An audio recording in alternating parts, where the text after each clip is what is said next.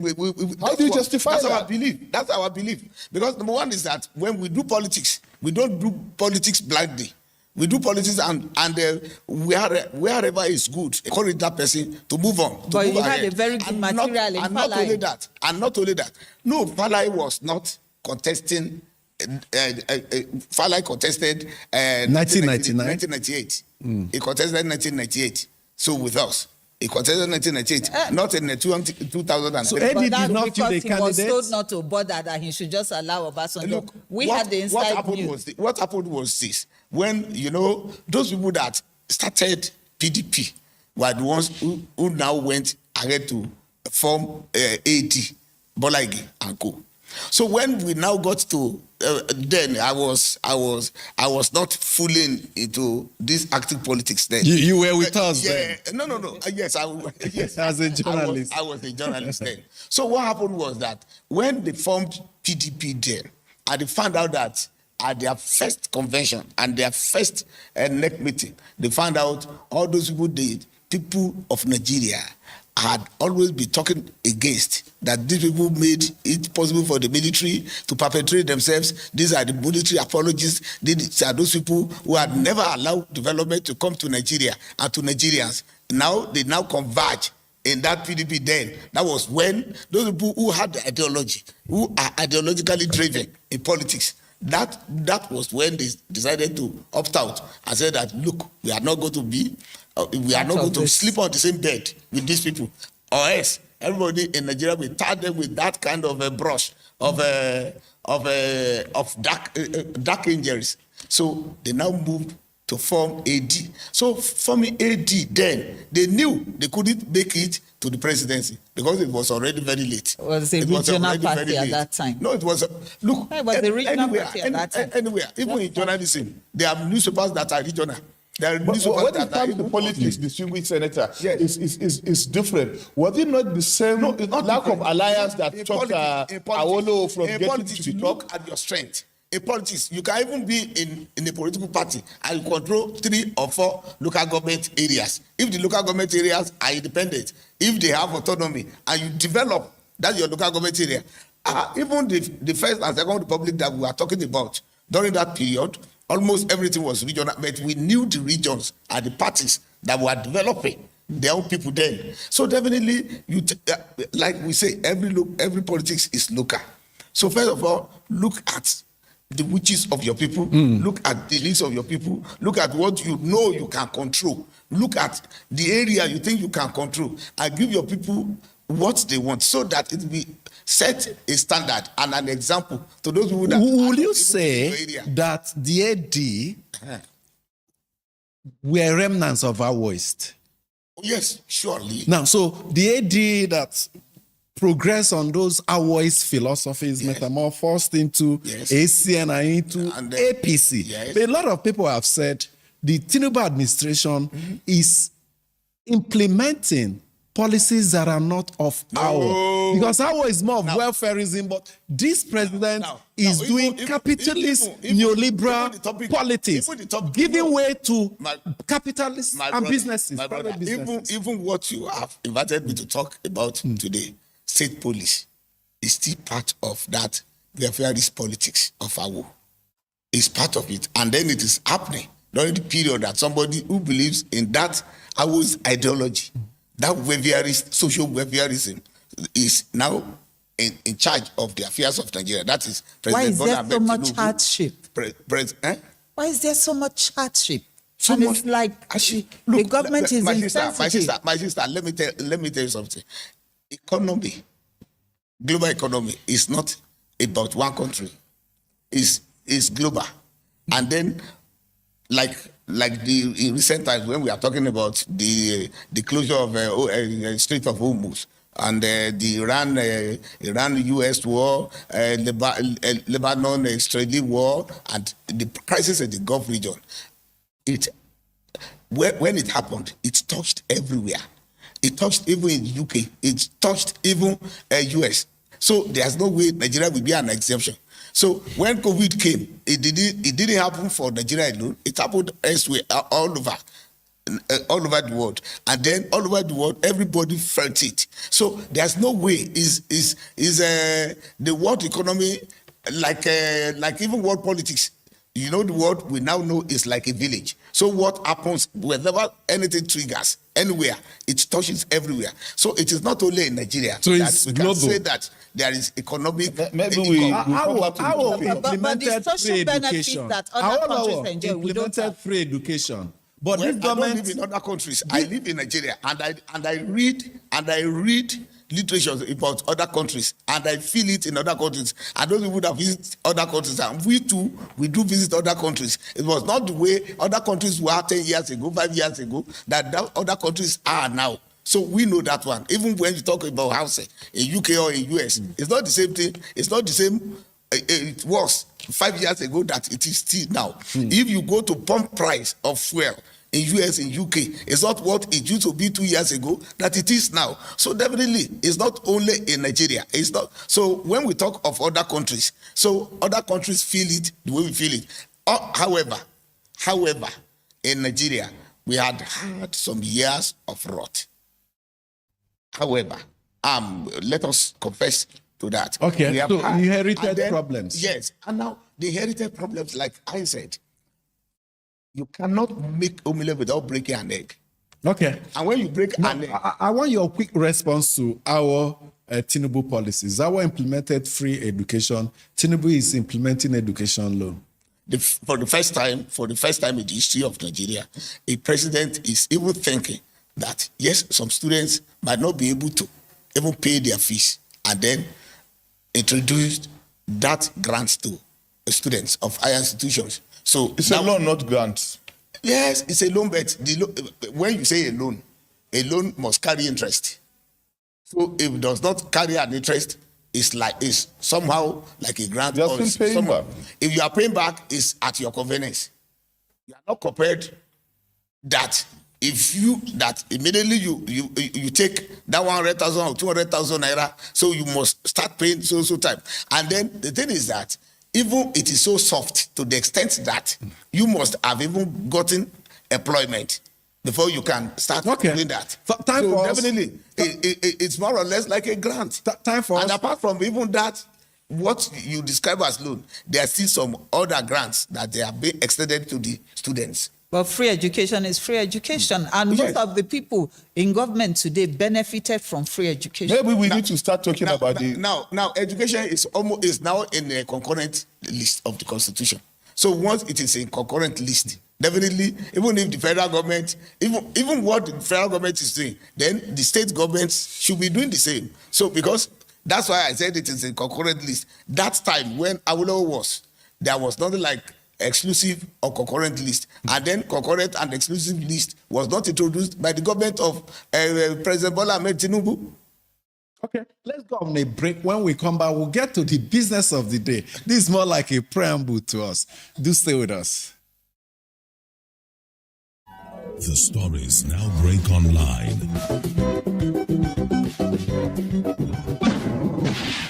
Don't miss anything from our real-time updates and exclusive content. Follow and participate in discussions on live TV studio programs to shape the narratives. Subscribe, engage, and share from AIT.live at AIT_online on X, AIT Online on Facebook, Official AIT Live on Instagram, TikTok, and Threads on YouTube. Stay connected with AIT on air, online, online.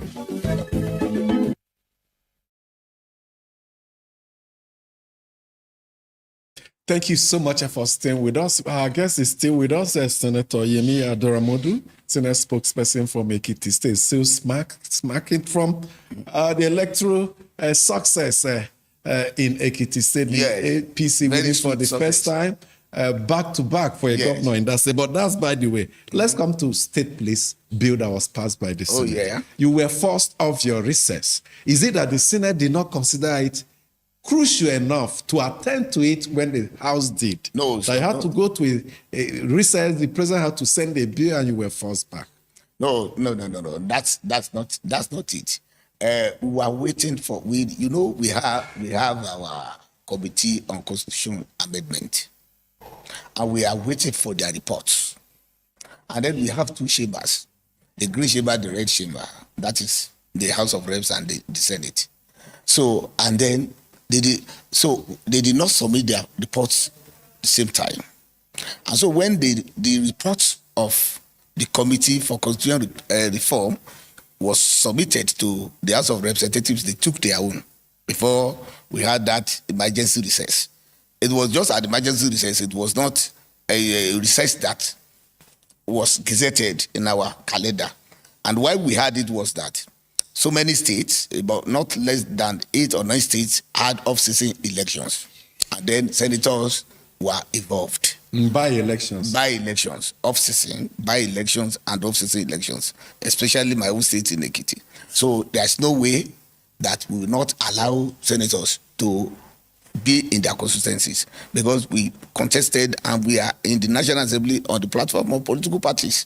So that's why we had that one. So now we said, look, we are not going to do an arum-scarum job, whereby we just sit down 30 minutes, 1 hour, blah, blah, blah, just talk, just have 1 or 2 debates, and then we move on. So that's why we said we should go to that, to prosecute those elections. Then during the period, we found out that the committees were still meeting, especially those ones who didn't have that off-season or by-elections. So they were still meeting. And then they completed and concluded their own jobs. And so executive bill joined it again, because the executive is on, then the National Assembly is on. So because when we have plenary holiday, that plenary break, that one does not preclude our meeting at committee levels, so which was going on. So definitely when they did that one, we found out that the best for us, before everybody resumes, is for us to be called. And moreover, that by-election, then the off-season election had already been over, because they were held simultaneously all over Nigeria on June 20. So then the National Assembly leadership, that is the Senate, deemed it fit that we have to come back to the chamber to consider the police reform bill. And then the police reform bill had been a recurring decimal among Nigerians. They have been talking about it, and then we know that the sing song everywhere in Nigeria now is about insecurity, insecurity, insecurity. And so even when you want to talk about the economy, people will ask about insecurity. When you want to talk politics, people will ask about the some are asking that we should stop politics. And by August, when you go by the timetable of INEC, campaigns will commence. By the timetable of INEC, campaigns will commence for 2027 elections. Then are we going to wait till then before we now consider let me ask you very important bill? So we said no, let us consider it now. And then you know that there is always a legislative break at the end of every 4 years, and that one will be happening maybe at the end of July or first week of August. So are we going to wait till then? So that's why I said let us not come back and then consider. I want to ask you this question, Senator. When you have a lot of poverty, you know that no amount of security agents you can put, whether at the state or federal level, to bring about the needed security. Yeah. And then the other fallout is, you know how deprived the federal police has been in terms of welfare, logistics, equipment, funding. The state government have to buy bikes, trucks, and whatever, and give physical money. The federal police go for election without allowances several times and made them sleeping outside. Now, what do you think are the dangers the state police are going to use, besides the governor also using them as political thugs? No, my brother. Now, I want to take it two-pronged ways. First, when we talk about insecurity, especially as it concerns Nigeria now, banditry, terrorism, kidnapping, and so on and so forth, I will say that it's not majorly because of hunger. Because if you kidnap someone and you're asking for 50 million naira or 100 million naira, 100 million naira is not to buy gari. if it is hunger, you will go and boggle and carry bags of gari or a bag of rice. But when you are asking for 100 million naira, you ask, at times they ask for 500 million naira. Is that a product? Is that to quench hunger? No, it is avarice. It is wickedness. It is evil. And now when you parade AK-47, AK-49 as a machine gun, when you parade that one, anybody that is hungry cannot have that impetus to purchase all those things and have them. Even when you look at the motorcycles they use, because we can see them when they are captured and all sorts. When you see it, and even we have seen on social media when they were displaying their naira wares. So when they do that one, are we saying that it is a product of hunger? No, it is avarice, rapacity, audacious unpatriotism. So that is about that one. And now coming to the state police this thing.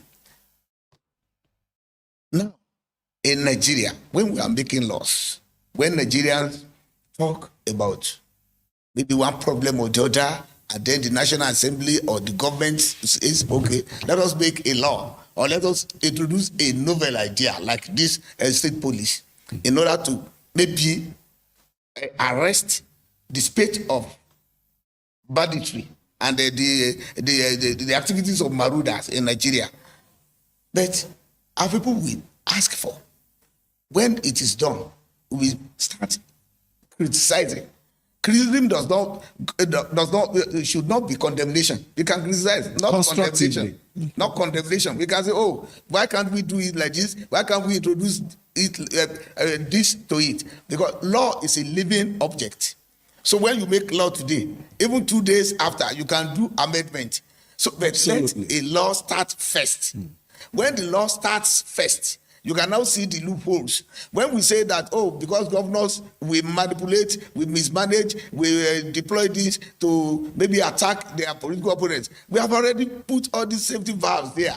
All these, we have already put them there. Yes. That it will be very difficult for a governor to even use that outfit. But when you say it, they will say, okay, and the federal thing they put there, is it not the same thing? Have we going to manufacture another set of human beings who are leaders from heaven?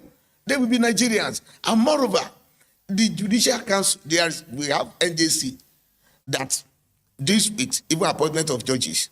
Even when state governors recommend, when they recommend, and we have seen in Nigeria. When they recommend, yes, we have seen, yes. They refuse to. No, we have seen in Nigeria. We have seen in Nigeria where some governors did not want the person that is next, that is supposed to be the chief judge, and then we go and bring somebody, and then the agency will refuse. That's what the National Police Council would do. That's what the National Police Council would do. So when the state governor wants to manipulate the process, the Federal Police Council will not allow it. And then when you look at the composition of the Federal Police Council, we now have NLC, we have CSO, our Bar Association, NLC, all these our civil human rights civil society organizations, they will all be there. They will all be part of it. So the initial nomination of commissioner of police for a state police will come from this council and not from the governor. It's not from the council, from the governor. It will come from the governor. Okay. It will come from the governor. And then the governor cannot remove that person by fiat. You cannot remove a police commissioner by fiat. You still have to go back. No, I mean, because the way it is done about chief judge, chief judges of states today, no governor can just wake up one day and say that I've removed you. You have to go through the agency. So if the agency doesn't find that chief judge culpable of whatever offense that the state governor is attached to him or her, then definitely. I actually saw that maybe because of the fears that the governors might use the state police to serve their own interests, you have to put in those provisions. But do you not think that this could also be detrimental, that the federal might want to influence to a large extent what is going on in the states and might want to oppress the state and making them less effective than they should. I will take it along these two ways again. One, when you go to, because of fear of rain and sunshine, you will not move out of your room again. Because, when you get out, it might be raining. When I get out, the sun might be shining too much. So because of that, I will remain permanently indoors. Will you say that one? Are you going to say because, we are likely, something is likely, it's likely, it can be, it may be, then you don't make laws. Then when everybody in Nigeria, when we are now agitating that every security is local and we have to localize it, that we are not going to use federal medicine to be treating local malaria or local disease. And now we want to introduce local medicine to treat local malaria. And then we are now complaining again that the person who is going to administer that medicine, that medicine for local malaria is going to take overdose of it. So does it mean that we should not have police, state police anymore? Is that it? Certainly that is one. not. Then two, can anybody suggest to us how, apart from all the safety nets that we have already put in that in those clauses that will make it very impossible for a governor, and now that I said that the Federal Police Council, comprising Labour Congress member, the civil society, the human rights people, the Bar Association, and several others. The Attorney General of the power? Federation, And that How much power can they police wield? officers. is a council. It's a council. When there is a council, when you are suggesting anything, you put it to vote. Okay. If you put it to vote, if anybody contrive it, then Nigerians will know. So now when you have that, after having all those ones, we are still saying that the federal government, if it's interested in the state and blah blah. In America, we have federal police, we have county. Now, when there are areas where the federal police can come in. And then in the issue of immigration the other time, when the federal police of Donald Trump came into some states, then some of the states are even saying, no, we don't want federal police to come here. We can handle it by ourselves. Now, and there's another safety net again, that even when those things, when the other organs, when they would have done their own job, then they will still come back to the National Assembly. The National Assembly is an open place, an open space. So what I'm saying is this: even despite the fact that even our own National Assembly today in the Senate, that APC controls a very comfortable majority there, people still argue, people still debate. Even members who are APC members, they still contribute their own quota. They still say it the way they feel it should be, even from their constituents. Look, there's one thing I want us to know. Those of us in the National Assembly, we are beholden to our constituents. So when we get home, Of course. they always talk to us. Yes. Of course. And nobody will have the ticket of his party and then go for an election at home, and who will vote against you with their votes. Before you Nobody go wants further, that. I would want to find out whether... Nobody wants to see that too. So whatever we do in the National Assembly, we are mindful of the needs and the wants. Correct. And the interests So of our would there be constituents. harmonization of the bills passed by the Senate and the House before it gets to the state houses of assembly? That what? Harmonization. When will it likely take place? No. Or is it already harmonized? This is an executive bill. When an executive bill comes like that, and then we, both chambers, had already taken it up because we had a joint conference committee. Was it the same executive bill that the House passed? Yes, there is no difference. Okay. Because, we had So there's no need for already harmonization. had a joint committee that had already met, that had already brought out a synthesized Copy. clause by clause document. document. So now the one that the executive will bring is going to be to look at where this can be put out Where it fits into your own. Okay. So it's just like a synthesis, and then after it's been passed, then definitely. Before you round up, I want to quickly ask this question. We are almost out of time. Yes. The bill was quickly passed. Do you also feel the sense of insecurity Nigerians feel because the Senate House of Reps will have security agents escorting them with saline, pushing people off the road? I don't know where you are coming from, because I don't know and I have never seen. You don't get escorted? I myself am an example. I'm the Senator of the Federal Republic of Nigeria. I've been in the House of Representatives in the 9th Assembly. I do not have such security agents pushing people by the road. I think we have to leave it here now. We have to thank you, Senator. So it's not so. We have to thank you so much. We know that perception at times is stronger than reality. To reality. Yeah. But perception, your perception about the national member to change. He's ready to engage on and on. Engage your own House of Representatives members and ask questions. Don't just sit down and then. You are a Nigerian senator. Okay. And we doesn't have to narrow down. We have to leave it here now. When you engage them, I think we need to bring him back to come so that we can talk politics again. Distinguished is ready to engage and engage and engage. I will enjoy the session you have with us. The time is even very short for us to talk seriously. We'll come back and talk about whether the hardship is getting to you as much as it's getting to us. That will be for another day. Hardship. That will be for another day. But not for today. The cost of rice and yam and oil, right? Let's go and hear from our listeners. Perhaps you will hear what they are saying. We'll have people write to us via mails and express their feelings, express their thoughts about the state of the nation. Since I cannot respond to them, so why am I waiting?